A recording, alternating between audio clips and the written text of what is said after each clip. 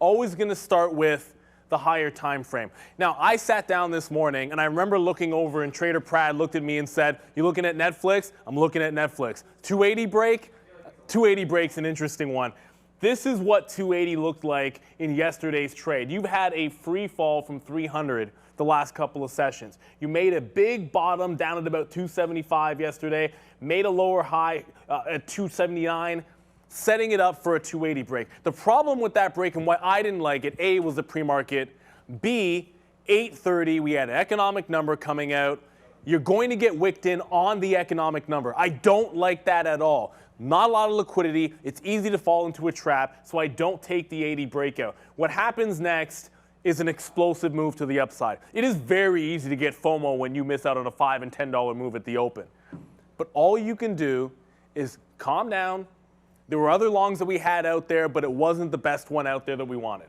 The next trade was going to be that 290 and then 295. I'm looking for the short, 90, 95, 300. Wait patiently. I'm not trying to short every single pop.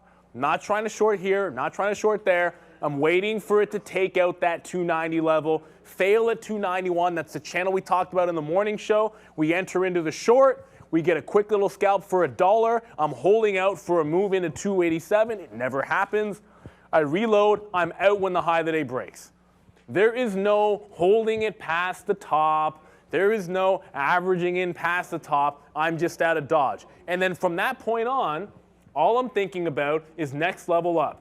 295 is the next key price level. Last time we flushed, that's pre-market. That's the open, failing 95 a few sessions ago. And then I'm thinking 300. I know there's likely to be, in that kind of an explosive move, a VWAP pullback. It's one of my favorite setups during lunchtime. So I do nothing until we get to 295. And I like this level. I would have liked 300 a heck of a lot more, but we never get to 300. We're loading up in front of 295. We're letting it try to run some stops there. I get half in, then it takes 295, fails 295.50. That's now a failed break. You've trapped longs in front of 295 that are probably longing at the top here. So we like the fact that that happens. We add back in, and then suddenly we've got a full position on. I'm scalping $1. I'm scalping $2, twice actually, and I know Pratt was looking at that same exit point. Once it gets to 92, you're looking at that past breakout spot. I'm always going to get the bulk of the position at that past breakout. Why?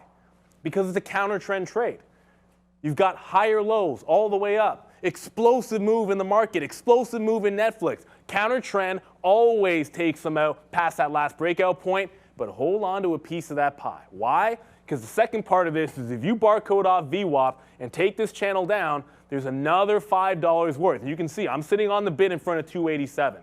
The way I see it now, you're playing with house money. It either breaks this channel down and you get an extra $3 or $4, or it's got to break that channel up.